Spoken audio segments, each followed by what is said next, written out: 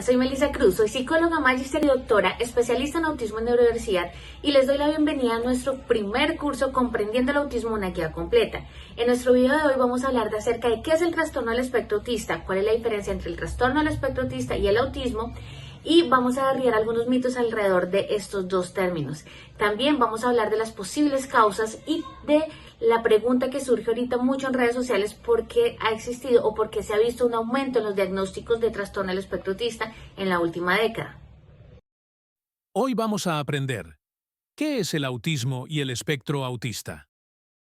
El trastorno del espectro autista es un trastorno del neurodesarrollo, no es una enfermedad y se caracteriza por dificultades en la comunicación y en la interacción social, comportamientos repetitivos, intereses intensos y profundos, patrones sensoriales atípicos y por una gran diversidad en las formas en que se manifiesta, por lo cual cada persona autista es única en sus características y rasgos. Entonces, cuando estamos hablando de autismo, estamos hablando de una forma de ser, pensar, percibir y comprender el mundo, el cual, dependiendo de los ajustes y del entorno, necesita una serie de ayudas o apoyos para relacionarse. ¿Cómo se diagnostica el TEA? ¿Y cómo se diagnostica el autismo?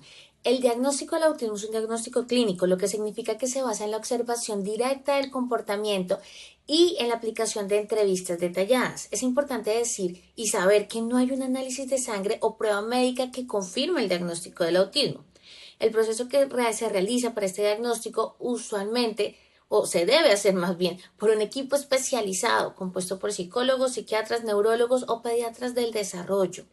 Este proceso suele incluir entrevistas clínicas estructuradas, tanto para la persona, en este caso niños, niñas, adolescentes y adultos con sus cuidadores o sus familias, por ejemplo, utilizando pruebas como el ADIR. También observación directa del comportamiento, por ejemplo, utilizando herramientas como el A2, evaluación del desarrollo, de la comunicación, del funcionamiento cognitivo y sensorial y revisión de los antecedentes médicos y escolares y familiares. También se usan, y usualmente se usan, cuestionarios y escalas complementarias. El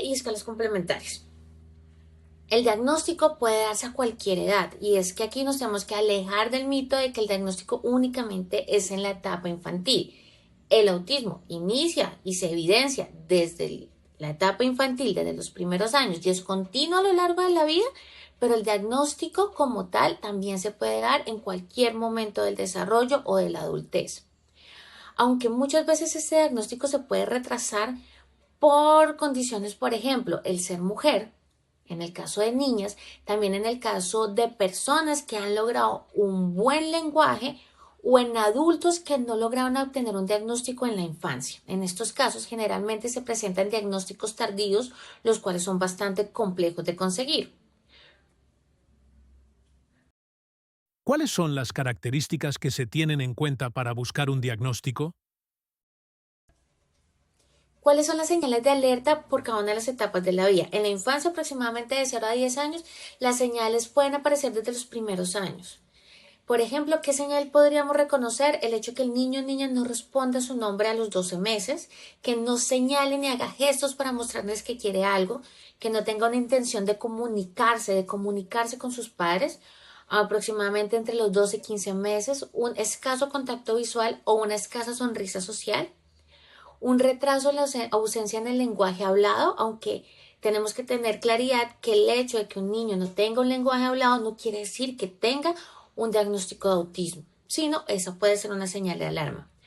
Que juegue de forma repetitiva o inusual, que tienda a alinear juguetes, a girarlos, que se irrite mucho ante cambios o transiciones que no han sido anticipadas, cuando cambiamos su pocillo favorito, cuando cambiamos su rutina de baño, cuando cambiamos su rutina diaria de levantarse o etcétera. Son niños que tienen una sensibilidad extrema a sonidos, texturas o luces. Son niños que pueden no mostrar un interés en un lugar o lugares con otros niños o interactuar con otros niños. Que es importante y es necesario destacar que algunos niños desarrollan habilidades típicas y luego tienen procesos de retrocesos o regresión, especialmente en el lenguaje y en el juego social, aproximadamente entre los 2 y los 4 años.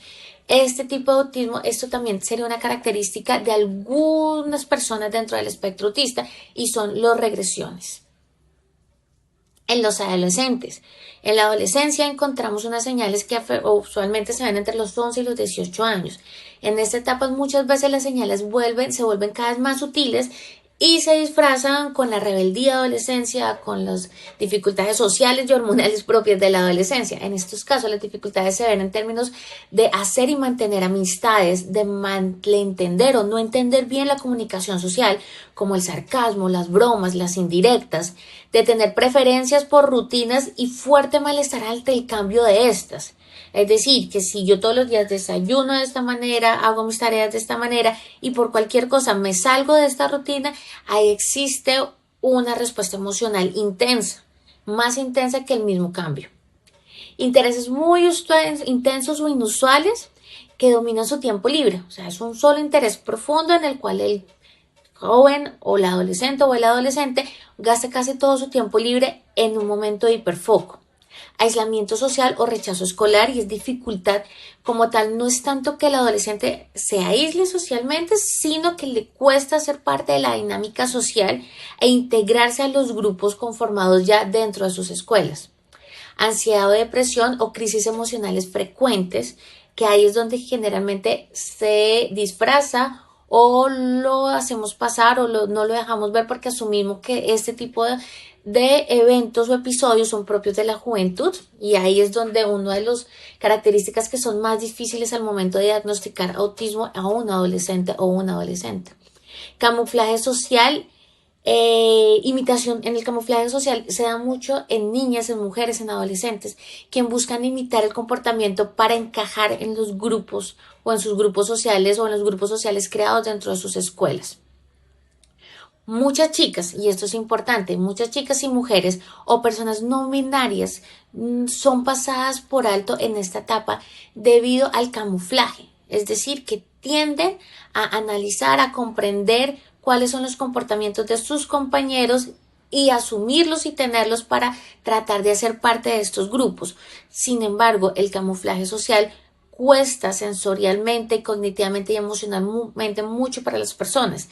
Entonces, cuando estas personas hacen camuflaje, intentan integrarse, esto está llevando a que haya una sobrecarga y termine generalmente en crisis sensoriales, emocionales o en episodios de ansiedad extremas o de depresión. ¿Cuáles son las señales en la adultez? La adultez estamos hablando entre los 18 años en adelante. En adultos, las señales para un diagnóstico pueden llegar tras años de dificultades no explicadas. Es decir, yo siempre he sido la persona diferente, yo siempre he sido la persona social, yo siempre he sido la persona tímida, que no había encontrado el por qué estas características hacían parte de mí. Estas personas adultas que llegan a la adultez en un diagnóstico constantemente tienen la sensación de ser diferentes desde la infancia, tienen dificultades para relacionarse personalmente, laboralmente y familiarmente, prefieren rutinas y entornos totalmente predecibles, tienen problemas para entender las normas sociales implícitas, es decir, aquellas normas que no son explícitas, que no son claras, sino que hacen parte de la forma en cómo el grupo social, como la sociedad funciona de manera regulada. Son personas que tienen alta sensibilidad sensorial o emocional y son unas personas que tienen un historial de agotamiento crónico, ansiedad o burnout, que por mucho tiempo han tenido una y otra vez episodios de ansiedad, de fatiga y de burnout sin ninguna explicación, sin ninguna característica biológica, sin ninguna característica psicológica que sea clara y que explique todos estos episodios. Son personas que generalmente tienen intereses especializados y enfoques intensos en ciertos temas. Muchos adultos llegan a un diagnóstico tras diagnósticos previos incorrectos, generalmente diagnósticos de bipolaridad, diagnósticos de ansiedad generalizada, entre otros, o diagnósticos de TDAH. En este tema del diagnóstico del autismo es importantísimo aclarar que detectar el autismo implica tiempo, pero permite ofrecer los apoyos adecuados, respetuosos y centrados para la persona. Reconocer estas señales y buscar una evaluación especializada puede cambiar vidas y puede mejorar la calidad de vida de muchas personas. ¿Por qué se habla de espectro en el autismo?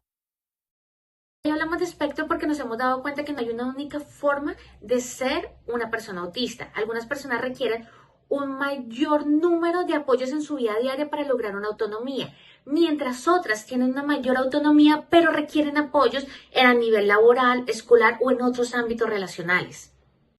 Esta comprensión nos aleja del estereotipo que existía alrededor del autismo únicamente relacionado con la discapacidad intelectual y nos acerca más a una visión más humana y funcional en tanto se ve el autismo como una variación en el neurodesarrollo, no como un déficit y no como una enfermedad, que es importante aclarar este punto.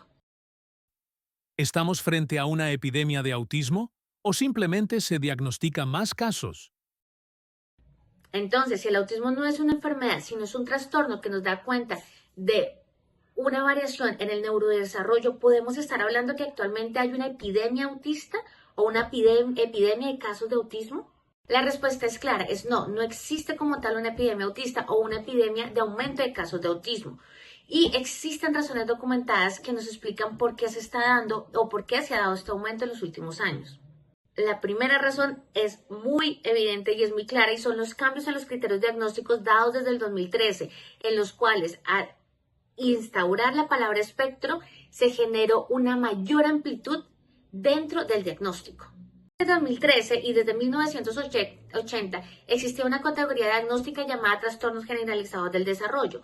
Los trastornos generalizados del desarrollo incluían el autismo clásico, el síndrome de Asperger, el trastorno desintegrativo de la infancia y los trastornos generalizados del desarrollo no especificados y el síndrome de Rett.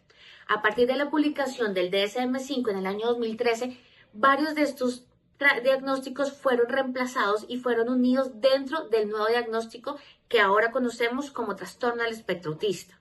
Este cambio diagnóstico reflejó una mayor comprensión científica del autismo como un espectro amplio y continuo de características en lugar de condiciones separadas. Entonces, en lugar de hablar del síndrome de Asperger, del autismo clásico y el trastorno generalizado del desarrollo, empezamos a hablar de un solo diagnóstico. Es decir, cambiamos 4 diagnósticos por uno. Si antes existía una persona diagnosticada con autismo clásico, una persona diagnosticada con Asperger y una persona diagnosticada con trastorno generalizado del desarrollo y otra persona diagnosticada con trastorno generalizado del desarrollo no especificado, una de cada una, ahora existen 4 personas diagnosticadas con trastorno del espectro autista. ¿Ven el cambio?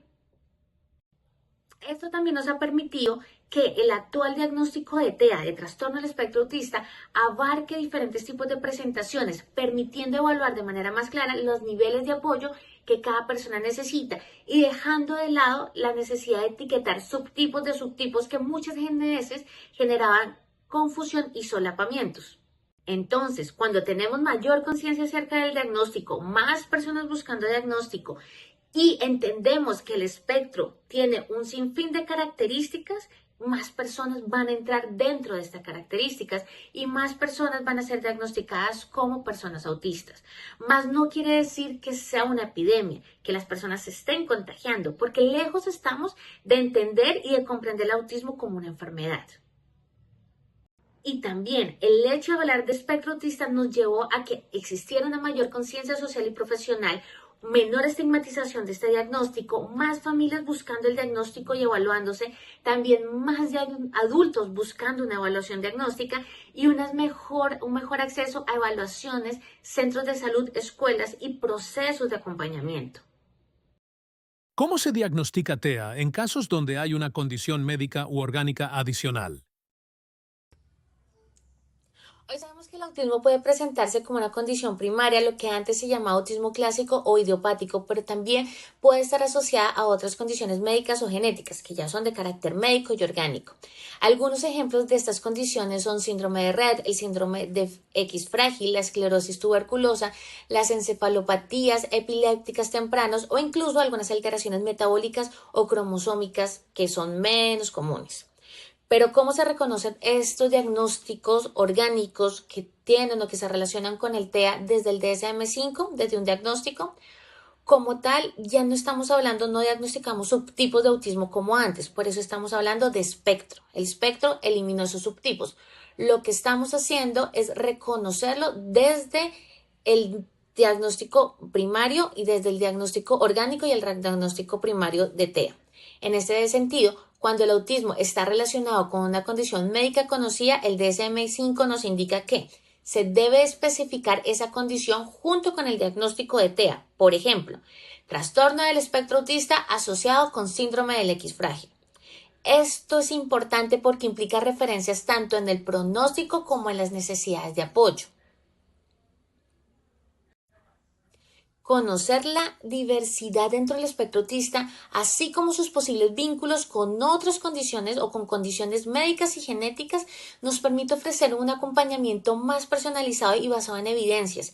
El diagnóstico es solo una parte, lo esencial es comprender y apoyar a las personas en su contexto, por lo cual es importante no solo enfocarnos en el diagnóstico, sino qué hacemos con ese diagnóstico. ¿Sabemos cuáles son las causas del autismo? Entonces ya sabemos que no existe una epidemia autista o una epidemia de diagnósticos de autismo. Entonces, ¿por qué se da o por qué se produce el autismo o el trastorno del espectro autista? La respuesta es muy compleja. En tanto, hasta la fecha no se ha desarrollado un modelo causal único y completo que nos explique la complejidad del espectro. De por sí existen múltiples hipótesis acerca del posible origen del autismo y el trastorno del espectro autista. Pero, ¿qué entendemos ahorita? Entendemos que el autismo es una condición multifactorial y que no podemos hablar de una única o sola causa, sino de factores relacionados con su aparición y desarrollo. Entonces, estamos hablando desde investigaciones que buscan factores genéticos y epigenéticos hasta investigaciones que van hacia partes o hacia hipótesis relacionadas con el ambiente y con los ambientes sociopolíticos actuales. En el campo de lo genético, ¿qué tenemos? Tenemos que el autismo tiene una base genética importante, pero sabemos que no está determinada solo por los genes. No hay una determinación o una causa genética única. También existen características sociales y políticas que están llevando a este aumento en diagnósticos, que es un video completamente aparte que se los acaba de viendo. Adicionalmente, en la actualidad no estamos hablando y no nos estamos tanto centrando en el tema genético, sino en la investigación epigenética. ¿Qué es la investigación epigenética? Es esa investigación que busca explicarnos cómo cambios en la expresión genética son provocados por el entorno sin necesidad de alterar el ADN. Eso se ve, por ejemplo, en casos de gemelos que tienen y comparten un código genético, los cuales uno de los dos desarrolla autismo y el otro no. O los dos desarrollan autismo con dos diferentes tipos de características totalmente diferenciales. Y si nos vamos más a la minucia de este tema, podemos hablar de que se han identificado más de 1000 genes implicados con el trastorno del espectro autista, cada uno con efectos muy pequeños o con efectos relacionados con alguna característica del espectro nomás. También se está investigando actualmente el papel de las neuronas en la amígdala y de las enfermedades autoinmunes dentro de la comunidad autista como posibles factores causales del trastorno del espectro autista. ¿Qué quiere decir que se estén estudiando? Que existe una hipótesis que se está evaluando y que todavía no conocemos la verdadera relación entre estas hipótesis y el trastorno del espectro autista. Que se está estudiando no quiere decir que sea una realidad o que sea una verdad. Quiere decir que en este momento el campo de estudio está girando o está poniendo sus ojos sobre este tipo de investigaciones en especial. Actualmente se han propuesto numerosas causas del autismo, hay numerosas hipótesis, pero la comprensión de una teoría de su causalidad completa no la hemos podido llegar. No tenemos una teoría que nos explique el autismo, el trastorno del espectro autista sea por esto. Como hemos visto, se han intentado incorporar causas genéticas, ambientales, causas, etcétera, etcétera, conocidas en un marco causal, pero este marco causal todavía no está completamente diseñado o no está completamente entendido y por ende todavía no explica qué realmente es el autismo. ¿Te ha gustado el video? Si este primer video te resultó útil, te gustó y aprendiste, por favor compártelo y suscríbete. Con eso podemos llegar a más personas para seguir enseñando y comprendiendo mejor qué es la neurodiversidad. También te invitamos a nuestra segunda clase acerca de percepción detallada y autismo. En esta clase vamos a explorar la forma en cómo se percibe el mundo de una manera diferente y cómo dentro del espectro existen miles de formas de percibir el mundo desde diferentes tipos de sensibilidad. No olvides seguirnos como Autismo Project en redes sociales. Bye.